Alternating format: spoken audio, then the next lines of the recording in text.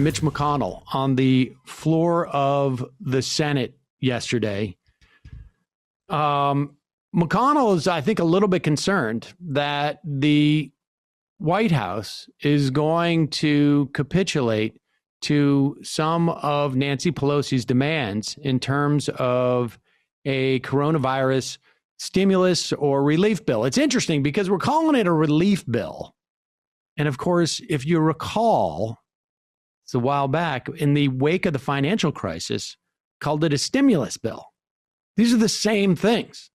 But one is considered relief, I guess, when you have a Republican president, and when you have a Democratic president, it's stimulus.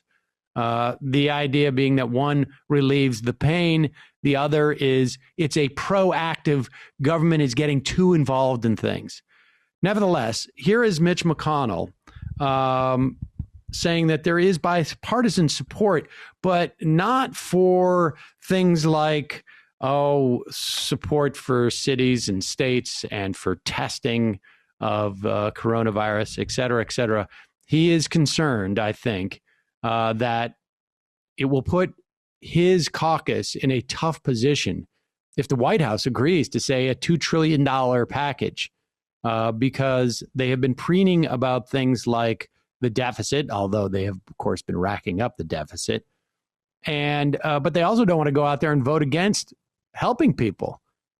Here's Mitch McConnell on the Senate floor yesterday. Help, but there's a problem. The PPP has been taken hostage, just like the funding for safe schools, more funding for testing, more funding for vaccines, more funding for federal unemployment benefits, and common sense legal protections that charities and university presidents have been pleading for. The PPP has been taken hostage by Speaker Pelosi and Leader Schumer. The Democratic leaders have spent months holding out for a long, far-left wish list of non-COVID related priorities and obstructing any additional aid until they get it. All or nothing. All or nothing. That's been their position. Either Democrats get every unrelated policy they want, or American families get nothing. So for months, they've blocked bipartisan aid at every single turn. The Democratic leader even tried last night to adjourn the Senate so we could do nothing at all for 3 weeks. Nothing at all for 3 weeks. That's how urgent he thinks it is to help working people. He wanted to go home for 3 weeks because President Trump will not just cave to the entire Democratic Party platform because, for example, the president won't simply hand out endless sums of cash to chronically mismanaged state and city governments out of proportion to COVID needs. That's McConnell trying to convince Donald Trump that it's in his best interest to deny coronavirus-related aid to potential voters. McConnell is very afraid that Donald Trump's going to realize that he should. I mean, he keeps claiming he's going to go bigger than Nancy Pelosi. He should. He should double it, for that matter.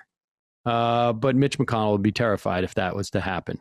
And so that's the pitch there from Mitch McConnell. Don't do anything, Mr. President. Much better to do that.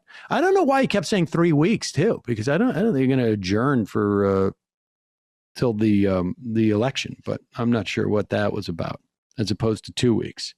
But I guess it's trying to make it seem like it's much more dramatic.